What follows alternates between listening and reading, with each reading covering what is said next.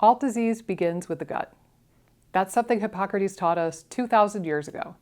And despite being a 2,000-year-old quote, I still see this everywhere. Everywhere, ranging from Instagram and TikTok all the way up to naturopathic medical conferences and functional medicine conferences. This quote is a big deal, and it has informed a lot of your journeys more than you realize. I mean, don't get me wrong, I'm glad that people care about their gut. I, as your microbiome queen, should care most of all. I know a lot of us, myself included, were raised on a lot of antibiotics and diets and lifestyles that were not particularly conducive to gut health. So the fact that more people than ever know what a probiotic is or know that they have a microbiome in their colon is tremendous and worthy of applause. But the thing is that this quote in particular, I think, has led a lot of people astray. And again, I think it's influenced your journey more than you maybe even realize. You see, I've heard this said at so many naturopathic and functional medicine seminars, I can't even count at this point. People love putting this quote up on their slide deck. And again, I get the vein of it, but the intention of, hey, the gut is important, you should care about it, versus what actually happens in the real world is a bit different. Again, I think people share this quote because they think, I need to show people that the gut matters, right? If you're in a room full of chiropractors and cardiologists and neurologists, you need to convince them that the gut actually matters. So I get why people like to use this quote on their slide decks. But the way that I've seen this pan out in clinical practice and in the real world and on social media is a bit different. When we say all disease begins in the gut, what that kind of ends up translating as is that the only thing that matters is gut health, and everything else that's wrong with you, everything else that you're suffering from, whether it be anxiety, depression, eczema, fungal toenails, or hypothyroidism, all this other stuff is only because of the gut. Therefore, if you treat the gut and get your gut healthy, everything else that's wrong with you will magically fade away, like somebody waved a magic fairy wand over your body. And I see this in clinical practice all the time.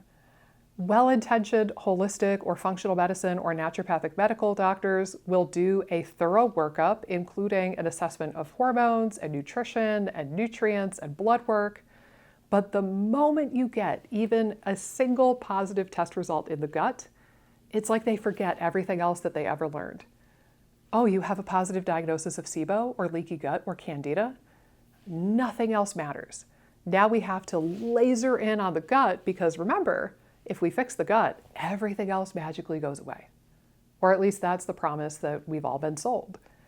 And I'll tell you, I have seen people respond positively to things like probiotics and antimicrobials and prokinetics, but I've seen at least an equal, if not greater number of people respond positively, both with gut-based symptoms and otherwise, when they actually start to give a shit about their mental health, their stress, their trauma, their anxieties, their triggers, their relationships, or their sleep, or movement, or nutrition. Not from a starve it, kill it mentality, but a, hey, I am a human body and human bodies need a certain amount of vitamins and minerals and nutrients to function, so I'm going to work on that. Like that angle of nutrition, that has helped so many more people than antimicrobials ever have or ever will. But again, I find that people get stuck because they've got those blinders and they've been told repeatedly through different sources that all disease begins in the gut and all that matters is the gut. The reason you have your Hashimoto's is because of your gut.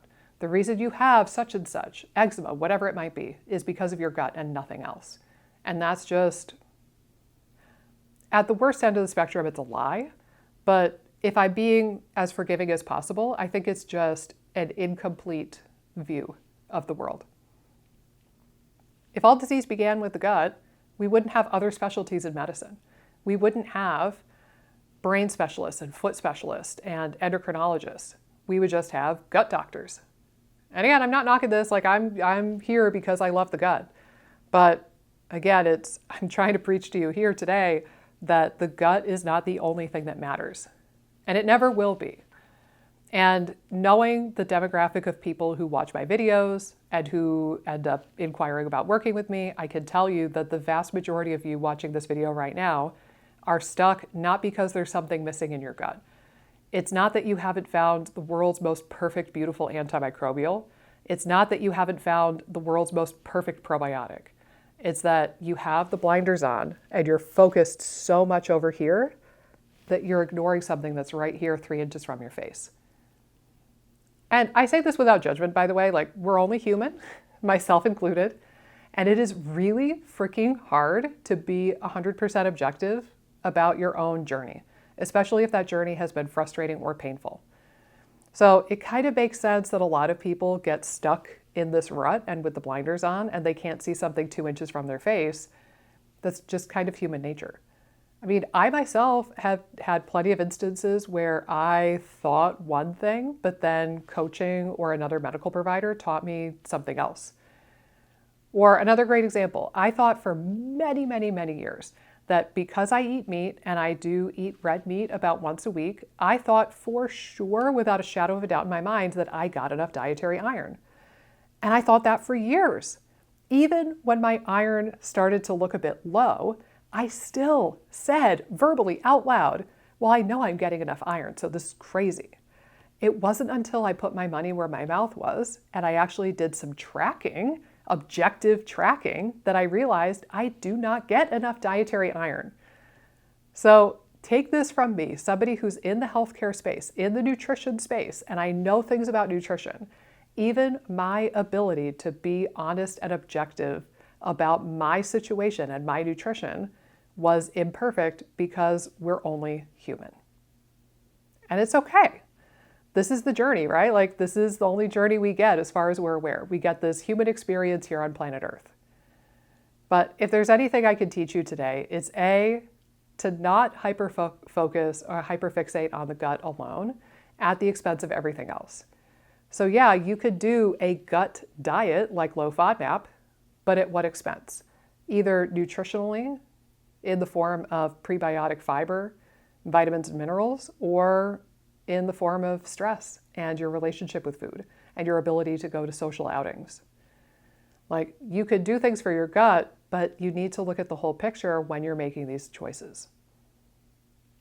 And I know that that's easier said than done.